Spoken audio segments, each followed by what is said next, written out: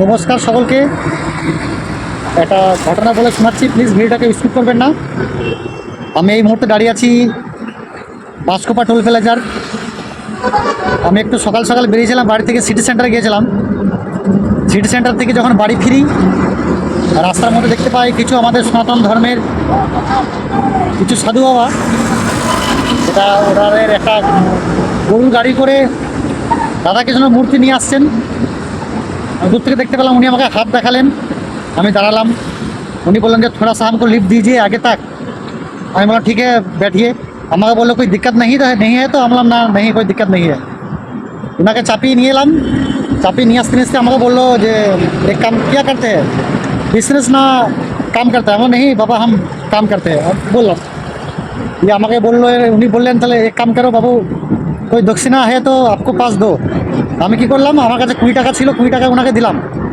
20 টাকাটা উনি নিয়ে আমাকে একটা মানে কপালে ঠেকালেন। ওই টাকাটা দিয়ে, টাকাটা নিয়েই সঙ্গে সঙ্গে কুইক মুহূর্তের মধ্যে ওটাকে একটা মাদুলিতে পরিবর্তন হয়ে গেছে টাকাটা। আমি অবাক, তখন বুঝতে পারলাম যে চোখে ধুলো লাগানো ম্যাজিকের মতন। আমাকে বললো যে এর রাখিও, तुम्हारा पास रख लो और जितना दक्षिणा दे सकते हो दो। बोलते ये हम लोग 1001 रुपया लेते हैं। मैं बोला देखिए बाबा हमको माफ़ कर दीजिए, मेरा पास 1000 रुपया अभी नहीं है। मैं बोला ये कैसे लेंगे, तो कोई बात नहीं है बच्चा, जो भी है तुमको ले लो और ये रख दो।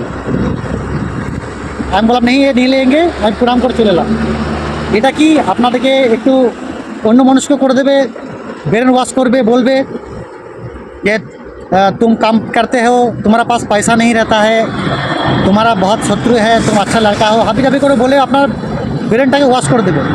তা সকলকে বলবো এরকম প্রতারিত থেকে একটু বাঁচবেন, আর এরকম কোনো দিন আসবেন না। আবার কিছু কিছু গ্রামগঞ্জে আছে দেখবেন যারা লক্ষ্মীর মূর্তি বিক্রি করতে আসে, ধানলক্ষ্মী যন্ত্র যেটাকে বলে, যে এটা বাড়িতে রাখলে এতবার উপোস করলে আপনার বাড়িতে মা লক্ষ্মী বিরাজ করবে, এত টাকা লটারিতে পাবেন, এই কোটি টাকা পাবেন, হ্যান পাবেন, ত্যান পাবেন, অনেক কিছু বলবে। তা আপনাদেরকে বলবো প্লিজ এরকম জালে আপনারা জড়াবেন না। আর যদি সত্যিকারের একটা লক্ষ্মী মূর্তি রাখলে যদি বাড়ির সংসারের উন্নতি হবে, টাকা পয়সা হবে। কি আমি এই যে আংটিগুলো পরে আছি, এই আংটি পরার পর যদি কারোর ভাগ্য পরিবর্তন হয়, তাহলে যিনি আংটিটা বিক্রি করছেন তিনি নিজে আংটিটা নেবেন। উনি কেন ফুটপাতে কেন আংটিটা বিক্রি করবেন, তাই না? একদম এই আংটির চক্করে, সাধু বাবার চক্করে প্লিজ আপনারা কেউ করবেন না।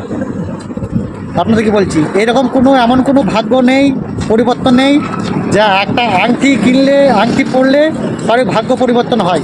তাহলে সবাই আংটি পরি বাড়িতে বসে থাকতো আর ভাগ্য পরিবর্তন করতো, কোথাও যাওয়ার দরকার থাকবে না।